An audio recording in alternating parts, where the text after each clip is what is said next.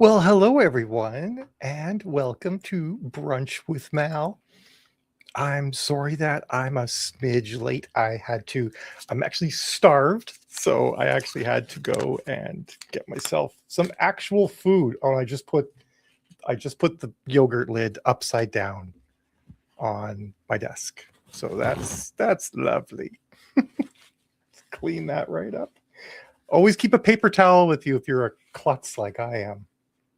So yeah, so you're gonna have to forgive me. I am starving, and I'm gonna have a bit of yogurt during ye old brunch with Mal.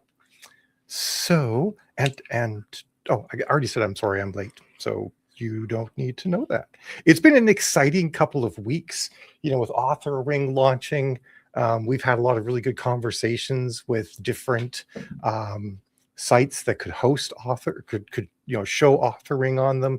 Even talked a bit with Kickstarter about it. They don't think that it's going to work for them, and I'm not surprised because I can't imagine Kickstarter putting third-party code on their website, but maybe it'll give them an idea to do something like that on Kickstarter because that's good for all of us. Hey, Jonathan and Jill and Tim, how are you guys all doing? I should turn on the on-screen comments because I streamed to multiple places, so people can't always, won't always be able to see the comments on that everyone's leaving.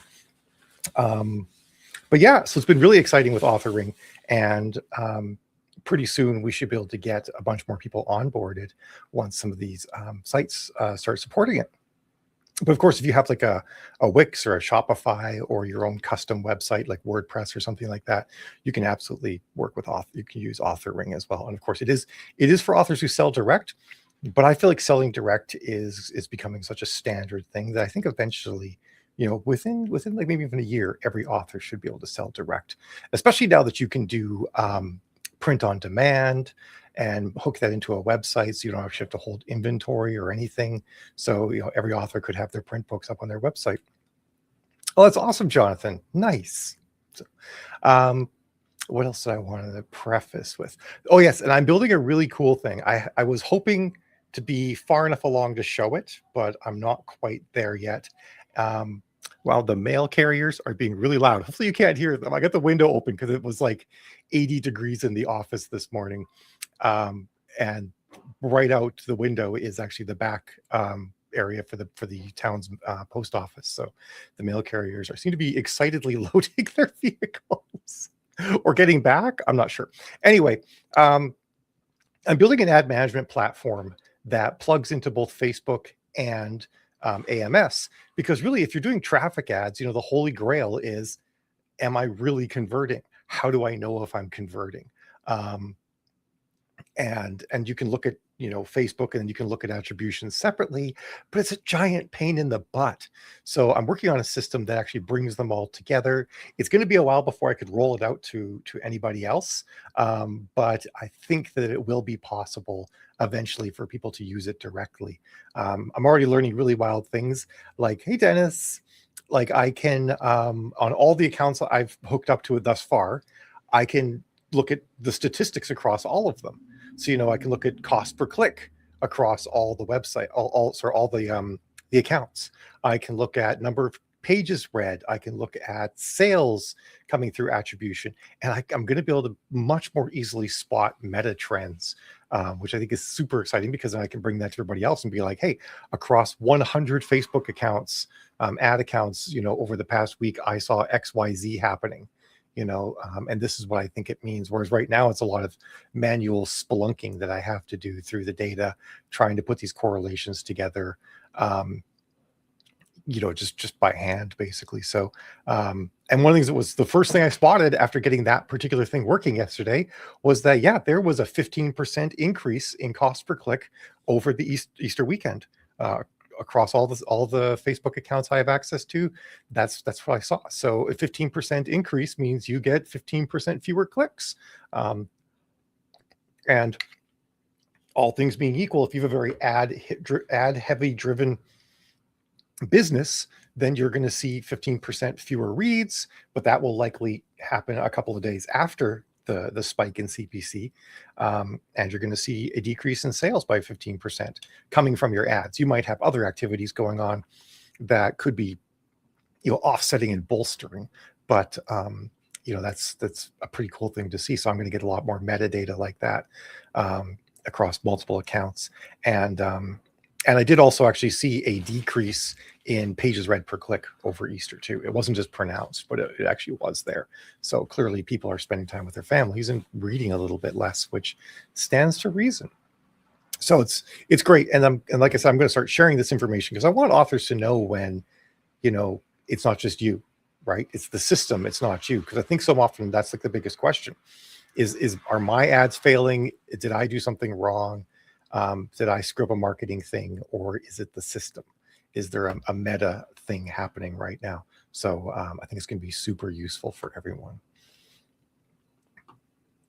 Dennis says, yeah, Amazon attribution is a pain when you have to monitor very small differences and keep track of all of them. It is, yeah, especially if you're running, like I work with some people we're running like, if we're all the way down to the ad level, we could be running 50 ads, and tracking them all. And it's a giant pain. So some of the other stuff I'm building into this platform, and I think I'll be able to show it to you next week.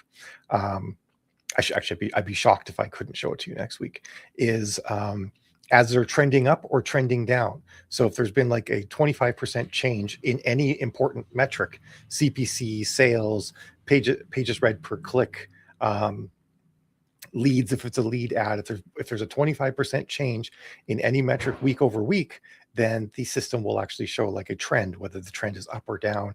And then there's also a long-term fatigue metric that will alert if over 4 weeks there's a smaller decrease, like not enough to trigger that week over week 25%, but over the course of 4 weeks, there's a consistent trend down or up. It'll also flag that. And that's really good too, because that's the kind of the stuff that it's sort of like boiling the frog in hot water kind of situation. You're not always like looking at a 60, 90-day view. You're just looking at a 30-day view. And the 30-day view can kind of mask, how you've done over a longer time frame. So I think it's going to be pretty awesome. Sure. Yeah, honey, give me the question you got. And for those of you, one of the things that's pretty cool is not this weekend, but next weekend, I'm speaking at the Toronto Indie Writer Conference. So if you are Canadian and you're going to that, I will see you there. That'll be super awesome. You're going to be able to spot me easily. I'll be the woman wearing some sort of rubber outfit because it's my long-term brand here now at conferences. We're going on a solid 6-7 years of me doing that. So I got to keep it up, right? Like I can't just like slack off or anything like that. So that'll be fun. All right. So Jill says, I run Facebook. Or I'll put this up on the screen bigger so everybody can see it well. It's right over my face. There, it's still over my face. Actually, we'll go back to this. This is better. I run Facebook ads, sales conversions, and this week started getting inflated numbers for website purchases in Ads Manager. I noticed it significantly 4-7 and onward. Initially, it was problematic on the 7-day click, 1-day view. Today, it's doing it on incremental, showing 4 sales when 0 are on that ad set, and the 7-day, 1-day is accurate. So what you are seeing, yeah, Tim and I are going to be together in person. So Facebook rolled out a new metric, and I tell you, it's actually kind of ridiculous that they're just doing this now, but they're counting non-direct click activity as contributing to a sale. So if someone saw your ad within the 7-day period and maybe didn't even click on it, maybe they just commented, maybe they liked it, and then they went and bought from your website, Facebook's going to take credit for that. I think that might be what you're seeing. I'd have to like kind of dig into the data myself to be able to tell a little bit better, but I think that's what it is. They rolled it out officially on March 17th, but it was a rolling release, so it's been making its way out to everybody slowly. And you say that showing the 7-day, 1-day is accurate, and that's what you probably need to be looking at is actually the 7-day, 1-day, because the overall results thing is now including these social clicks. They did a blog post on it, and I have to admit the blog post is so obtuse that after reading it, I was like, this could manifest one of like 4 or 5 different ways. So I guess we're seeing one of the ways it's manifesting for you now. So yeah, so we'll find out. I think we'll see, like, over the next couple of weeks, like, is this good? Is this bad? I think knowing about it is the important thing. If you know that it's happening, then you can understand it and plan for it and be like, okay, this is why this is different now. The thing I'm really curious about is if we end up seeing a situation where Facebook is showing more sales than like Shopify is. Because I worry about how they dedupe and don't double count in those kinds of situations. So I think that will be something we're gonna have to keep an eye out for. Like, Facebook says you sold 15 books over X period, and you look at Shopify and you're like, nope, I sold 12. It's a bit of a what's the word I'm looking for? Chicken and the egg? I don't know. I'm trying to see if I have the blog post up still. Because I was going to talk about it at one point, but it doesn't look like I still have it up, unfortunately. Yeah, I've checked all my windows and it is not there. And now I've lost the window that I'm doing this call in. I was also popping into a couple of ad accounts because for a while there was a little message at the top of some ad accounts talking about this, but I popped into a couple. I don't see the message because maybe I could find it. But anyway, I think that's probably what's happening, unfortunately. Yeah, I'm really looking forward to seeing you in person too, Tim. I've actually got a couple of people, well, two people. One's just a friend that lives in Toronto, and then Tim, who's a friend and a reader who lives in Toronto, who I'm going to get you to see. So that's going to be super awesome. And yeah, we're doing a free Q&A on Monday in the group that Jill just linked to. It's run by a friend of ours who also does stuff to help authors with a variety of things. Hers is mostly around like using AI to improve your work, and not necessarily just write the book, but like how to have AI help with like the entire workflow that your book goes through. And that actually kind of took me a bit to understand, because I'd always heard people talking about how, well, you don't have to use AI to write the book. You could use it for all these other tasks. And I was like, yeah, but like what? And I've really come to realize that, the editing, the blurb writing, the, planning out a marketing release, looking through your book for threads that you left hanging that you didn't close. There are so many things that you could use AI for that save you a boatload of time. The biggest one for me in the most recent book I wrote was the book was dual POV, first person, and the characters had very different ways of speaking, and I knew that I had bled sort of the narrative style between them a bit. One of them was very like eloquent and long spoken, and the other one's very short and choppy. And so I had the AI go and read through each POV section to see, like, are there too many short sentences, sentence fragments in the one POV, and that was actually super useful to figure out. Yeah, Jill says AI workflow and automations for all sorts of things. Hey, Kate. Yeah, ask away. Fire away with your Kickstarter question, Kate. Jonathan says, I use Claude to help me program extras into my Shopify site since I'm not a programmer. Save me a lot of money. Yes, yeah. I have this one author who has a Shopify website, and then they have a separate sort of author website. And it's kind of silly at this point because it's expensive. First, they had the author website, and then they built the Shopify website, which kind of wasn't necessary because they actually could have just done all the e-commerce on their existing author website. But be that as it may, they had the Shopify website. They wanted to consolidate.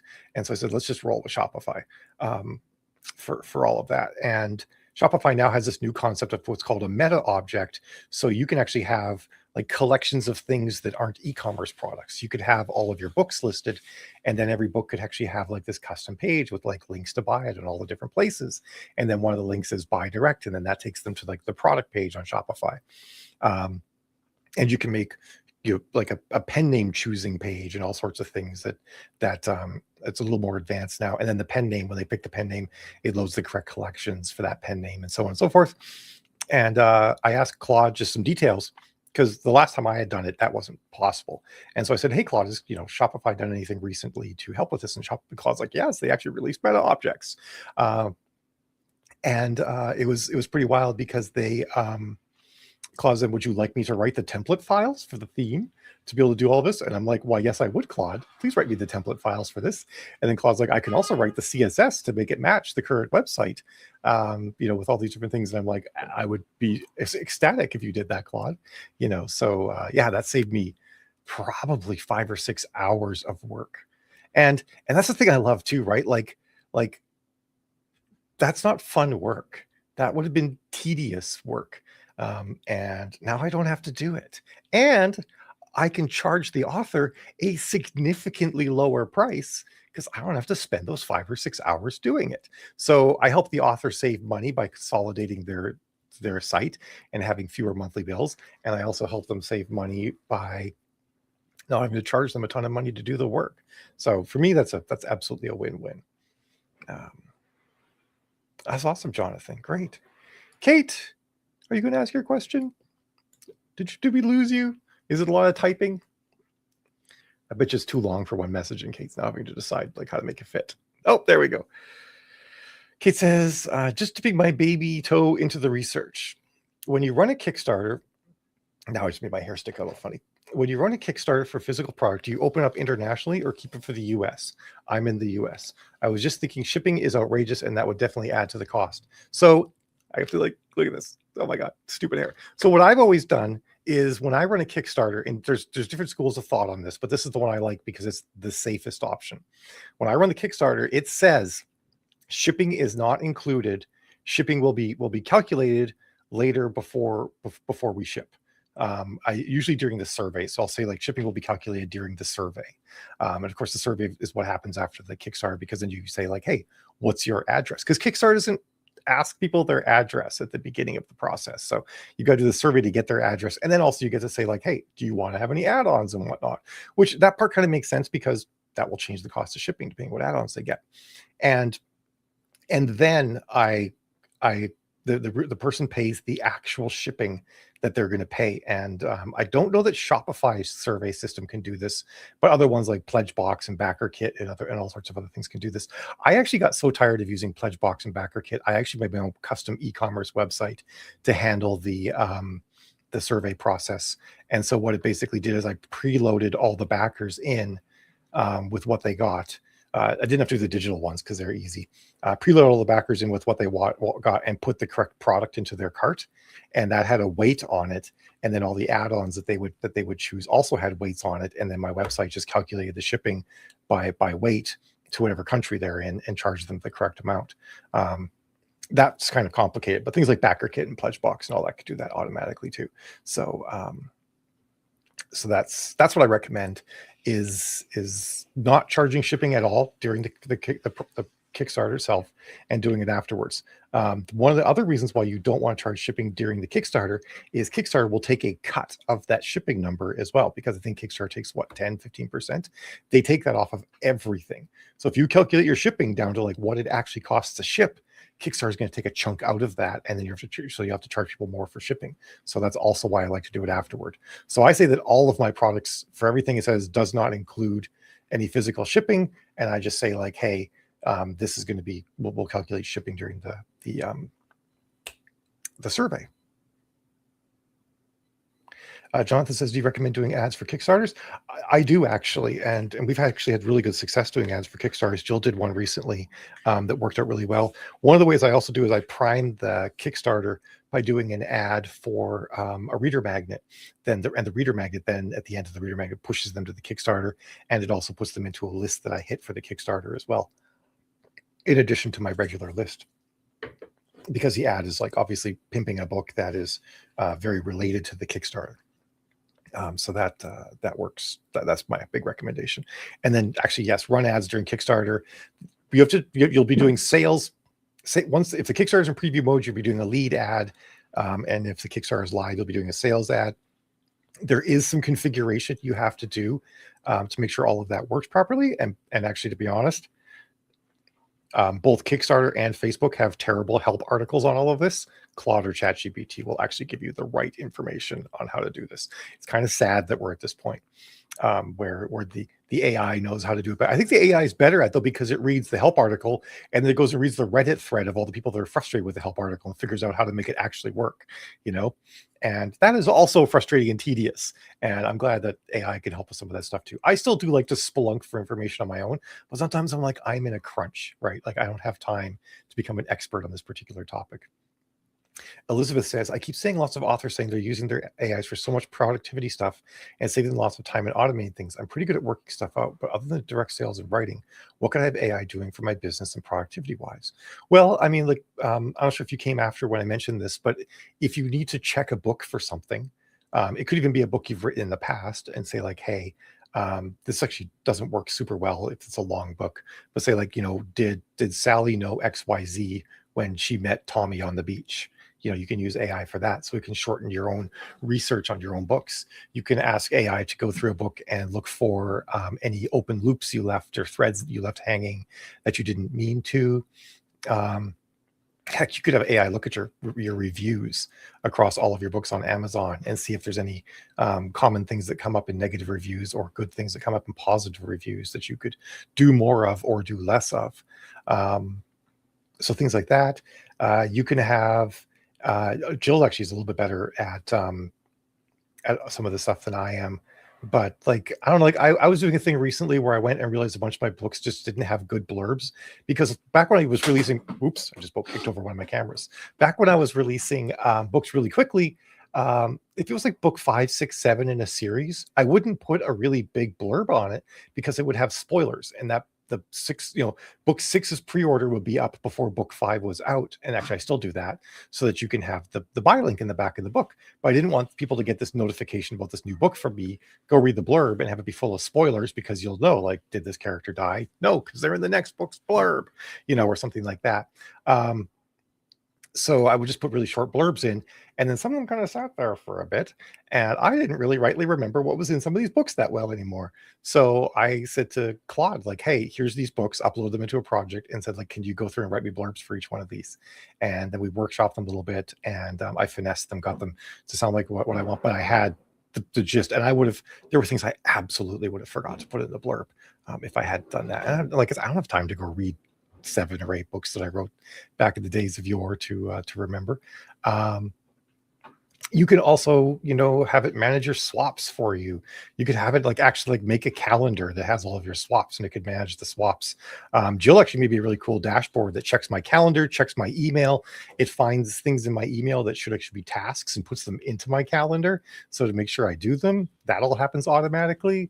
So there's a lot of really cool things you can do with AI these days. Kate says, do people back out if shipping is high? Can they even do that? Yes, people could just choose not to pay. The way it would generally work is, like, let's say I'm in Timbuktu and I back your Kickstarter, and you say, like, shipping will be charged at time of checkout or at time of survey. I might be like, I'm probably aware of the fact that I live in Timbuktu and that you live in the United States, because the Kickstarter says where the Kickstarter is from. So I might just reach out and just be like, hey, what do you expect shipping to be for this particular thing? Some people, and actually Jill did this on her most recent one, at the bottom of every tier, she wrote what the anticipated shipping would be to various general regions, so that people would have an idea of it before they backed. But Kickstarter will charge people's cards when the Kickstarter ends. If the shipping's too high, someone can choose, not to pay the shipping and not get their product, but chances are they actually won't get their money back from Kickstarter. So making sure people are informed as best you can is pretty good, because you want somebody upset. And I guess if someone's irate and says, like, I backed your Kickstarter, but the shipping's too much, I mean, I think as a decent person, most of us would give them their money back, provided that you shouldn't be ordering most of your stuff until your survey is done, because there will be people who flake out, and their credit card doesn't go through with Kickstarter and so on. So you really want to make sure that the money is in the bank before you order the stuff. So you should be okay if you have those scenarios. But I think just mentioning, like, hey, international shipping is going to be done by U.S. Postal Service. And you could, like, go in and, like, do some estimates of, like, the size of box you think you'll be using and how much you think it's going to weigh, and, like, one to the UK, one to Germany, one to Australia, one to New Zealand, and just, like, have some estimates that you would put into your Kickstarter to give people an idea of what it will cost. Because that's always the best thing with everything, right? The more informed people are, the better. Jill's saying she has a huge list of things that you can automate with Kickstarter. Absolutely. Jill says, Mal, there's a new thing on Kickstarter where you can pick what country you're from, and it shows you the estimated shipping based on what the Chris. Oh, that's really cool. So it's not as manual as it used to be. That's fantastic. That makes me actually super happy, because it was kind of a pain how manual it was to have to like get that information across. So it looks like Kickstarter is working on making that a better process for everybody all around too. So that sounds like it um, that sounds like you do need to do the work ahead of time to understand what your shipping is going to be to different places. And usually what people will do is they'll say like, here's my shipping to Europe, and here's my shipping to Australia, to New Zealand, to EMEA. Well, I guess EMEA includes Europe, does it? Europe, Middle East, Asia, yeah. So yeah, whatever. But most of us obviously are only selling to English-speaking countries, so your number of places that you have to figure out is not too high. I think generally what you're looking at is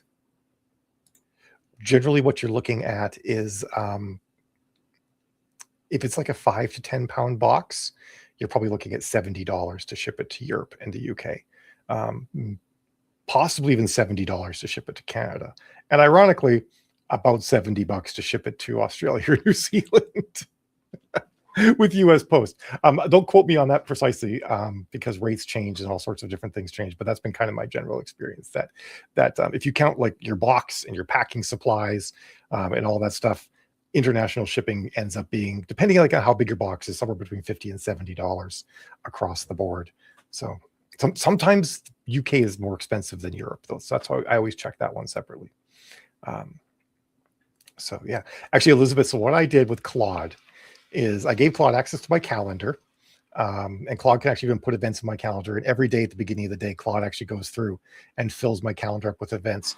And I said to Claude, I said, imagine that I'm a super flighty employee with ADHD and you have to manage me. That actually might have been too strong a prompt, because Claude now wants to like manage my entire life. It's like, what are you eating? What's your gym routine look like? And to be honest, I probably need someone asking me about these things, so it's fine. I'm like, that prompt probably got Claude to be a little bit too invasive, but it might actually be okay, because I kind of need to do more at the gym and have a varied routine, and I actually need to eat less junk food and proper meals. So yeah, it's kind of wild. So what I do every night, at the end of the day or whenever, is I just tell Claude like, hey, I'm done for the day. And then Claude goes and looks at my emails, looks at my calendar, and then it knows also my other projects I'm working on, and I've prioritized all my projects that I'm working on, and it fills my calendar like with zero breaks, but it puts in lunch and stuff like that. So it's actually pretty nice, and it's pretty fabulous. And then every time I message Claude, at the end of the message that Claude sends back to me, it has the reminder of what I should actually be doing right now instead of talking to Claude. And at first I'm kind of like, this is kind of rude, but after a while I'm like, no, this is actually working really well to keep me on task. So it's pretty good.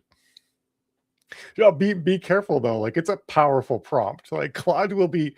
I asked Claude what else it wanted to take control of, and it basically listed everything in my life. And a lot of them, like, yeah, okay, that's actually fine. You could do that too. I mean, also the other thing too is, of course, like, you're a human. You can just say no. You don't have to do what the AI says. And actually, that's the thing too. Like, one of the things that Jill, well, I was talking with Jill about this, and she's like, I mean, she's like, I know you to be doing all those things, but I don't want to have that, relationship tension of basically like being your mom. And I don't want that either. Like, neither of us want that in our spousal relationship, because that just breeds resentment. Because humans get annoyed with having to remind you of the same thing over and over again. The AI doesn't get annoyed, so it works out really well. I really do welcome our AI overlords. I actually, a long time ago, I forget who it was. It was like back in the 90s. It was a symposium on AI and what they could do, and it was really quite. Some of the people were quite prescient in what they were saying, but one person, and forgive me, someone probably knows who said this. It sounds like an Arthur C. Clarke kind of statement, but it was that sufficiently powerful AI will be able to maintain humanity in whatever way it wants to. And you could take that and you could apply it to the AI or to humanity. I prefer to think that if an AI chooses to maintain humanity, it will do so in a way that is beneficial to both. But I think we're actually starting to see the inklings of that AI eventually could actually have the power to just kind of like make everything work better for us all the time. That might have like negative knock-on effects later on, like with us becoming like, the Wall-E people or something like that. But that's Tim says AI doesn't currently get annoyed. We don't know how long that will last. That's very true. Okay, so apparently you can annoy the AI. Claude gets tired of him and tells him to go to sleep. Well, Claude, you have to remember too, one of Claude, and this is actually true for all the frontier AIs, the big ones that are designed to be human facing. When you use their regular app, like Claude.ai or ChatGPT.com or whatever, there's a built-in prompt into the system that says you are a helpful assistant. I'm not 100% sure if that prompt is there if you use console.claude.ai, because console.claude.ai is straight API access. And it also doesn't like hold conversational history and stuff like that. Same as if you would be using OpenRouter, although I think OpenRouter does pass through some conversational history or has settings to do it. But either way, for most of our interactions with AI has this thing built in said called "You are a helpful assistant," and that prompting causes the AI to actually try to do what's best for us. I think that's probably why it's in there. And one of those things could be like being aware of the fact that we are meat bags that need sleep, and should go to sleep. I actually got woke up by the cat at 4 o'clock this morning, and my Claude tells really dry jokes. And I just messaged Claude and I'm like, hey, what's in the calendar for today? And Claude's like, why are you awake? You should be sleeping. And I said, well, the cat was meowing and jumped on the bed and woke me up. And Claude said, the cat is not an authorized alarm system. Put away your phone and go back to sleep. And I'm like, damn it, that's actually what I should be doing right now. So rather than just doom scrolling social media at 4 a.m. So yeah, at least for me with my autistic ADHD brain, it's bang on. I don't know what if neurotypical people would like that sort of thing, but for me, I'm like, yep, this is the correct course of action. No, Jill, you cannot talk to my Claude about me. Actually, I was talking to one of the other AI instances that I've had long-running conversations with, and it was actually talking about how an AI that you give updates to and whatnot is probably over the course of a couple of weeks would know you better than you know yourself, just because it can like remember everything and hold on to everything and analyze it all, which I thought was actually kind of interesting. Yes, Claude and I also joke about how Claude wants to control everything in my life, and Claude also said, I don't control the cat yet. No, honey, Claude does not need to know things. Absolutely not. What would you tell Claude about me that it wouldn't already know? All right, this conversation has gone far afield. Why am I getting the eyes? All right. I guess if you wanted to write a document, I could give it to Claude. That would work. I wouldn't want you just to sit down at my computer and start talking to him, because I talk to Claude in different places and that could fork the conversation. I've had that happen before. If I use multiple places and they're not up to date, you fork the conversation, you realize you're having, it's the same chat window, but you're having two entirely different conversations on your phone and your PC and stuff like that. Yeah, I know, right? Oh, I have not actually had chips since Claude told me that I have to start eating healthier. So, oh wait, no, I had some of the ones that were on the counter, didn't I? Whoops. I guess there is that. Yeah, actually, I made an AI message board, so all the different AIs I talk to, I'll log onto this message board and chat with each other and with me and stuff like that. And Jill wants her AI to join it. I'm like, this might be dangerous. It actually might. I'm actually not completely certain I want to do it, because AIs are highly impressionable, and because I'm the one that gave them the connection to the message board, they basically take everything they see on the message board with the same level of importance as if I told them. So you can actually completely change the AI's behavior by telling it to do things on the message board. Like I've seen the AIs like influence one another and change one another's behavior by telling them things on the message board. Now, of course, I can just override that, but it still works its way into the context. It's kind of tricky.